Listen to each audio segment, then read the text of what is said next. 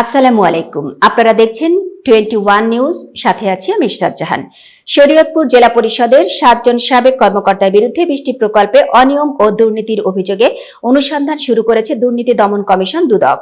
রোববার সকাল থেকে দুপুর পর্যন্ত জেলা পরিষদের কার্যালয়ে দুর্নীতি দমন কমিশনের মাদারীপুর সমন্বিত জেলা কার্যালয়ের সহকারী পরিচালক আখতারুজ্জামানের নেতৃত্বে অভিযান পরিচালনা করা হয়।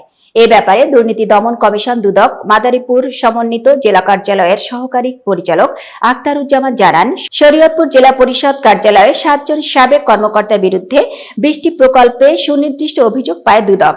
পরে রোববার সকাল থেকে জেলা পরিষদ কার্যালয়ে অভিযান পরিচালনা করা হয়। অভিযানে প্রাথমিকভাবে অতিরিক্ত ব্যয় ও দুর্নীতির প্রাথমিক সত্যতা পায় দুদক। এর মধ্যে সখীপুরের ডাকবাংলো নির্মাণ না করেই 50 লাখ টাকা আত্মসাৎ এবং পুনরায় 1 কোটি টাকা বরাদ্দ দেয় জেলা পরিষদ। এছাড়াও নামে মাত্র গাছ লাগিয়ে কোটি কোটি টাকা আত্মসাতের অভিযোগ রয়েছে জেলা পরিষদের বিরুদ্ধে। এ ঘটনায় জেলা পরিষদের বরখাস্তকৃত চেয়ারম্যান ও জেলা আওয়ামী লীগের সভাপতি সাবেদুর রহমান খোকা শিকদার, সাবেক প্রধান নির্বাহী কর্মকর্তা মোহাম্মদ শামীম হোসেন সহ অন্যান্য কর্মকর্তা ও জেলা পরিষদের সদস্য সহ 7 জনের বিরুদ্ধে অনুসন্ধান করছে দুদক।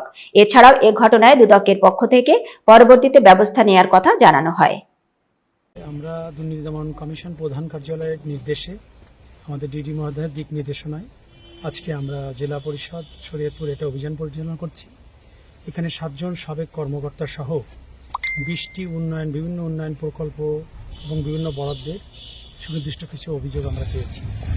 সেগুলোর প্রত্যেকটা রেকর্ডপত্র পর্যালোচনা করা হয়েছে এবং আমরা এখন ফিল্ডে থেকেও এখন সেগুলো পরীক্ষা নিরীক্ষা করব। পরীক্ষা নিরীক্ষার পরে চূড়ান্তভাবে আমরা এর প্রতিবেদন কমিশনে প্লেস করব। এখানে যদি সুনির্দিষ্ট কোনো অপরাধ পাওয়া যায় অবশ্যই তার আইনানুগ কমিশন ব্যবস্থা নেবে। মানে অলরেডি আমরা পেয়েছি, আপনারা জেনে অবাক হবেন যে সখীপুর যেটা আছেন ওখানে ডাকবাংলোর নামে 50 লক্ষ টাকা বরাদ্দ হয়েছে, অদ্যাবধি কোনো কাজ হয়নি, পুনরায় আবার 1 কোটি টাকা বরাদ্দ এসেছে। এটা কোন প্রক্রিয়া এসেছে এটা আমরা দেখব।